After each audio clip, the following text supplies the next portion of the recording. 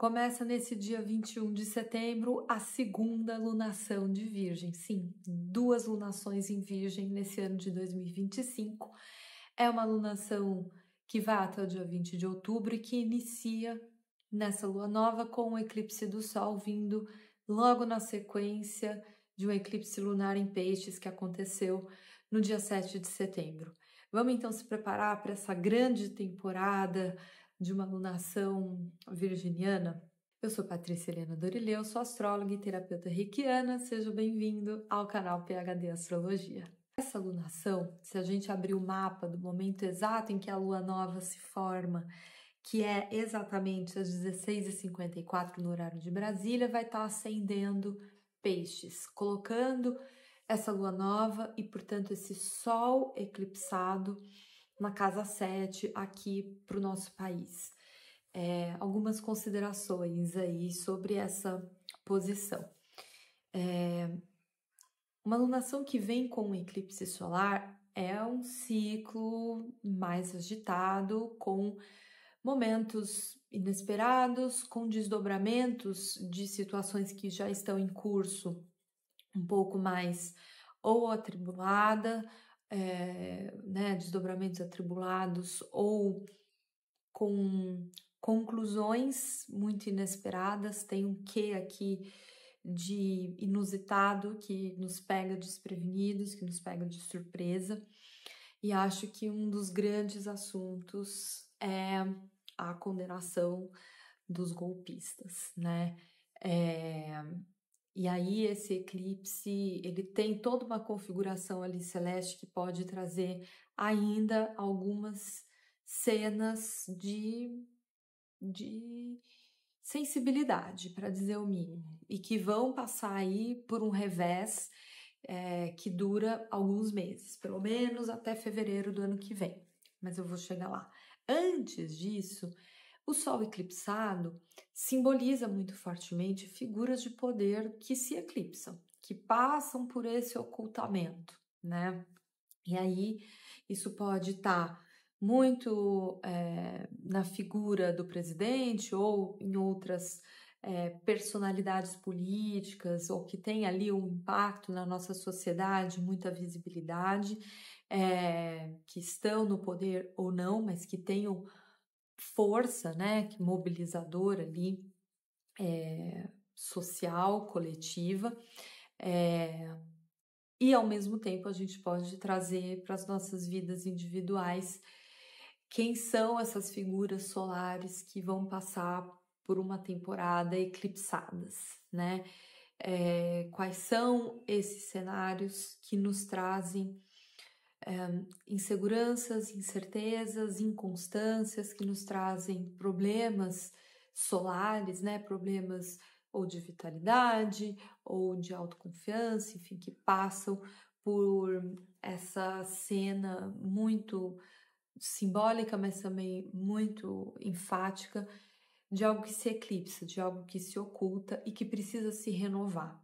E aí é um grande momento, essa lunação virginiana, de transição. Acho que é um momento que prepara um terreno de grandes mudanças que estão por vir, né? Que ainda vão acontecer. E aí, essa posição do Sol, da Lua Nova, né? Com o Sol que está ali muito fragilizado, solicita da gente um olhar mais apurado dos detalhes que estão escapando nesse momento de alteração, de transição, para que as mudanças ocorram de uma forma revigorante, para que elas tragam algo de revigorante, de mais forte, né? Para que se fortaleça algo que está ali desencantado, que está fragilizado. Então, num primeiro momento, acho que essa lunação, pelo menos essa primeira quinzena, fala de a gente ter o devido olhar, o devido cuidado, as coisas que estão nos escapando, que estão nos drenando e que precisam ser alteradas, que precisam passar ali ou por uma reforma, ou por um ajuste, por uma lapidação, ou quem sabe por uma mudança mais radical. Radicalidades estão muito colocadas no céu ao longo desse mês lunar, né? O Sol que se casou ali com a Lua, né, para ela ficar nova e que está eclipsado por ela, faz uma oposição a Saturno que está retrógrado em Peixes, né? Essa oposição é uma oposição clássica de diluições, de dissoluções, de rupturas, de quebras. Então, essa transição que a gente fala de um ciclo mutável, virgem é aquela terra que a gente molda, né? Inevitavelmente passa pelo crivo e pela foice de Saturno, sendo essa uma alunação que não deixa pedra sobre pedra em muitos aspectos, né? Há alguns temas que parecem se tornar urgentes. É um Saturno que, como disse, está retrogradando, portanto, preste aí atenção a circunstâncias ou a assuntos que você pensou que já tinham se resolvido, que já tinham se encerrado e que parecem voltar. Essa oposição do Sol com Saturno, a gente precisa tomar algumas decisões para que algumas coisas de fato se esgotem, se encerrem. E há um encerramento de fato definitivo, que talvez não aconteça para já, né? Nesse mês lunar, nesses próximos 28 dias, mas cujas decisões vão encaminhando para um desdobramento a médio prazo, vamos por aí uns 4, 6 meses, né? De fechamento. Então, é um ciclo que ele não se encerra aqui, não se encerra no dia 20 de outubro, né? Mas cujas decisões, elas se tornam mais emergenciais agora. Esse Saturno coloca a gente ali numa fogueira, né? Encurrala o Sol, que já está muito fraco. É um pouco dessa cena da gente não enxergando as coisas como elas precisam ser enxergadas, não tendo a lucidez necessária para que essas decisões sejam tomadas a melhor maneira. E aí, quando que vem essa lucidez? Depois que o Sol sai nessa sombra do eclipse, né? Que não demora, tá? O que não demora. O que demora é a gente aceitar algumas coisas. E aí é aquela oposição que nos colocam em ansiedade pelo que está por vir. A gente sabe o que precisa ser feito, a gente até sabe o que vai acontecer e a gente teme. E aí acho que essa alunação a gente vai ter que enfrentar os nossos temores, enfrentar os nossos medos, enfrentar os medos das destituições, daquilo que precisa cair, daquilo que precisa se espatifar no chão para a gente reconstruir aquela cena, não exatamente como ela estava posta antes, com outros recursos, de outros formatos, com outras prioridades, com outras necessidades sendo nutridas. Então, é um ciclo que ele não vem facinho nesse sentido de comportamento e de posicionamento, mas que quando a gente os assume, melhor dizendo, o jogo vira, tem uma reviravolta que vai trazer um pouco mais de fortalecimento a esse Sol. De novo, não é imediato, porque logo em seguida o Sol entra em Libra e cai. E aí ele passa uma temporada ali tentando administrar essas perdas, essas faltas que a gente conscientemente vai ter que dar, né? E daqui a um tempo ele vai se exaltar, ele vai renascer das cinzas e se fortalecer e agradecer por ter tido a sagacidade, a inteligência e a consciência de ter se mobilizado nesse momento. Acho que o grande lance é não esticar tanto as cordas que já andam te enforcando, sabe? Porque senão a coisa vai ficar muito difícil e esgana.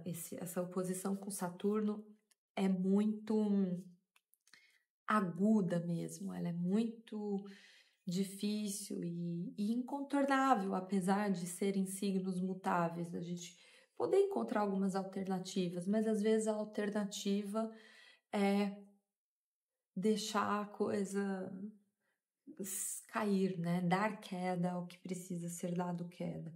A posição que essa lua nova assume no mapa da lunação, aqui para o Brasil, é a casa 7. Então, há um convite aqui para a gente perceber quais são os inimigos com quem a gente está lidando. Num contexto político-social, a gente já sabe, né? Essa coisa da conspiração está muito colocada e seguirá assim por mais uns meses. Daqui a pouco acaba, daqui a pouco isso aí vai morrer.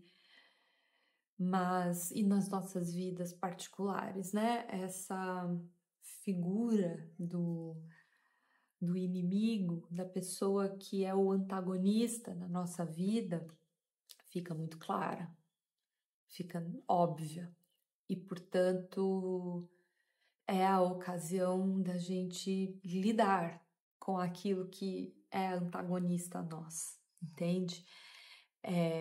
A casa 7 é a casa dos relacionamentos todos, né? Então a diplomacia aqui fica um pouco mais prejudicada, né? Prejudicada tanto nos acordos quanto nas estruturas em si, né? Das relações, dos vínculos.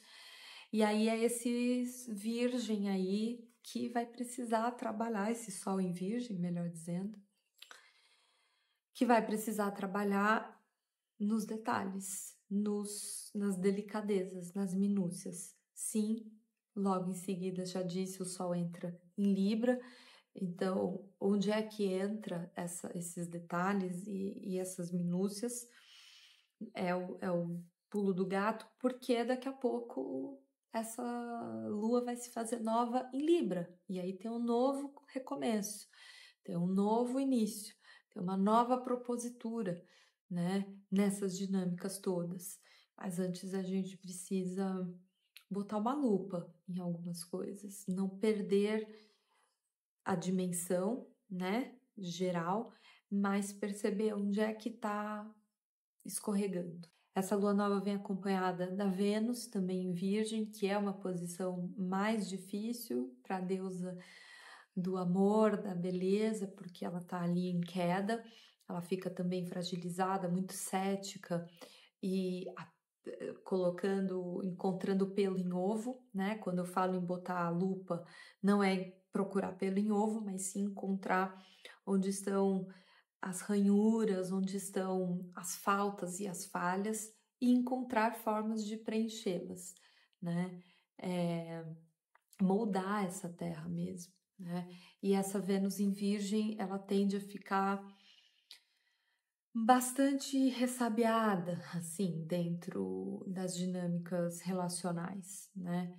Não sei qual é o seu contexto pessoal, mas a depender, e dependendo também do que está ativado aí no seu mapa, essa Vênus pode levantar algumas desconfianças, né? E eu vou daqui uns dias publicar um overviewzão do mês de outubro. Eu falo muito sobre essa desconfiança, então se você ainda não é inscrito no canal, se inscreva e ativa o sininho para não perder esse vídeo. Vai ficar muito completo para o mês inteiro, pegar as duas lunações, portanto. Mas essa história da desconfiança, ela tá nos rondando, né? E a desconfiança aqui, ela é propositiva se a gente usá-la para nossa proteção e não apenas para afastar tudo e todos, né? Há uma linha tênue que diferencia isso, tá? Então, esse céu da alunação, ele é muito agitado, ele é cheio de imprevistos, acho que a gente precisa contar com as coisas que nos fogem do controle. Mona, larga desse negócio de controle, abandona essa ideia de querer dominar e controlar todas as frentes da sua vida, todas as pessoas que estão no seu entorno, porque isso é o caminho mais curto para frustração, para decepção e para a sensação de fracasso, que não é o que a gente precisa alimentar nem aqui nem nunca, tá?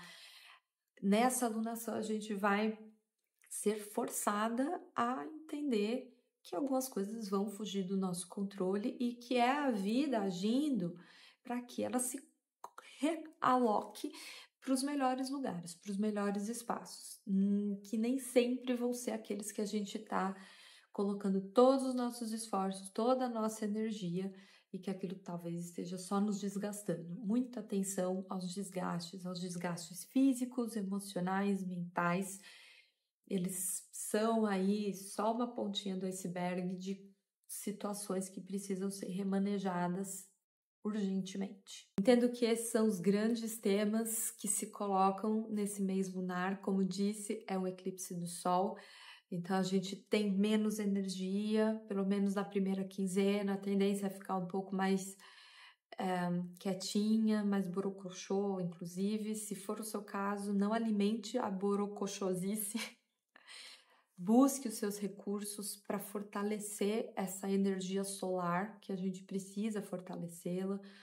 Então, buscar a natureza, buscar os alimentos que nos nutrem de verdade, as atividades que nos encantam, que nos animam, tudo isso também é primordial, fundamental para sairmos dessa imagem do eclipse, tá?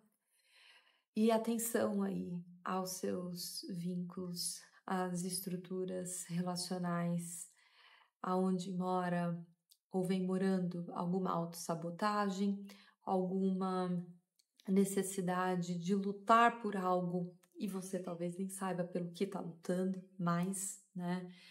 Como estão dados os acordos? Será que os acordos precisam passar por alguma conversa, por alguma reforma, né? Ou o que está pedindo reforma na sua vida? Onde está esse eixo Virgem Peixes, especialmente o de Virgem, pensando que é uma lua nova, né? Com o eclipse do Sol.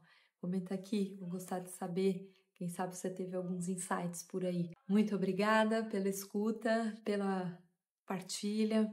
Curta se você gostou do vídeo, deixe o seu like, deixe os seus comentários, com sugestões inclusive. Esse é um canal novo, então me dá aí uma moral se inscrevendo, comentando, dando sugestões de temas que talvez você gostaria de ouvir por aqui, a partir da minha perspectiva. Vamos construir esse canal, essa comunidade juntos. Muito obrigada, um beijo e até o próximo vídeo.